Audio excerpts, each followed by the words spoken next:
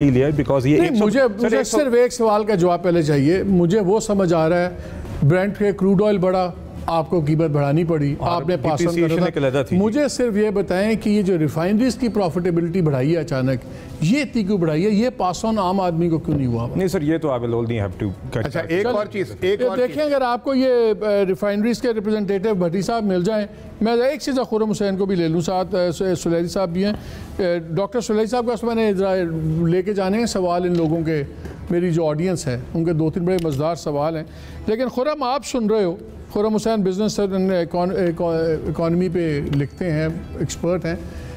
ये इस इशू में किसकी बात में वजन लग रहा है आपको? ये जो प्रॉफिट्स बढ़ा दिए हैं रिफाइनरीज के सब कुछ, और क्या ये फ़ायदा लोगों को नहीं दिया जा सकता था? मालिक साहब, अगर मैं 1-2 फैक्ट्स बीच में ले आऊं, आई होप लोग माइंड ना करें, लेकिन रिफाइनरी की मार्जिन्स जो है वो मार्केट सेट करती है, गवर्नमेंट नहीं सेट करती। नंबर 1 कैप तो कर सकते, ठीक है, कैप तो आप कर सकते हैं ना? नहीं, ठीक है, अगर आप बिजनेसेस को ये बताना शुरू कर दें कि आप इतने से ज्यादा प्रॉफिट नहीं बना सकते, तो then we are in a very different reality all together, ठीक है ना? फिर तो हम जा रहे हैं कमांड इकोनॉमी की तरफ। अगर इन लोगों का ये कहना है कि अभी जो सूरत हाल है इकोनॉमी में, उसको संभालने का तरीका है कि आप एक कमांड इकोनॉमी बन जाएं और हर इंडिविजुअल बिजनेस को आप ये बताना शुरू कर दें कि आप कितने प्रॉफिट बना सकते हैं, कितना नहीं बना सकते। ऑलरेडी बैनिंग की तरफ तो गई है ये government, and you can see उसके ऊपर जो बैकलैश आया है। ये एक इतनी निहायती अनवर्केबल, अनरियलिस्टिक और इतनी बेवकूफ़ाना किस्म की सजेशन दी है कि ये सुन के ही मुझे लग रहा है कि जो माजी में गवर्नमेंट थी उनके पास कोई आइडियाज़ नहीं थे।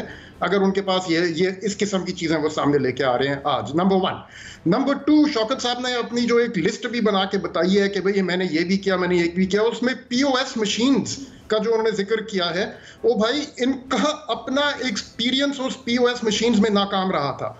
जून के बजट में इन्होंने POS machines, point of sale machines के थ्रू जो रेवेन्यू कलेक्ट करना था, इतना बड़ा उन्होंने अपने आप के लिए टारगेट रखा था। उस रात आई रिमेंबर, ये खुद ऑन एयर थे, हर एंकर इनसे पूछ रहा था ये आपने अनरियलिस्टिक टारगेट रखा है। उसके अगले दिन पोस्ट बजट प्रेस कॉन्फ्रेंस में इन्होंने मजीद मालूमात बताई थी कि भाई ये हम लोग ऐसे करेंगे तो वैसे करेंगे, इतने अरब यहाँ से आ जाएंगे, इतने अरब वहां से आ जाएंगे। By December they were not able to add more than a few thousand more POS machines than were already there in June. Muzammil साहब कह रहे हैं कि हमने अपने टारगेट से ज्यादा अचीव करके दिखा दिया, तो बहस किस बात की? नहीं, कुछ चीजें कम होती है, कुछ ज्यादा होती है, बॉटम लाइन तो हमारी ज्यादा है ना। वैसे क्या बात, पहले तो टैक्स की बात। अच्छा, खुर्रम की बात सुन लें। फेक न्यूज, जितनी स्पिन और इस किस्म की चीजें अब चल रही है ना, कि अगर हम होते हुकूमत में तो हम ये कर देते, हम वो कर देते।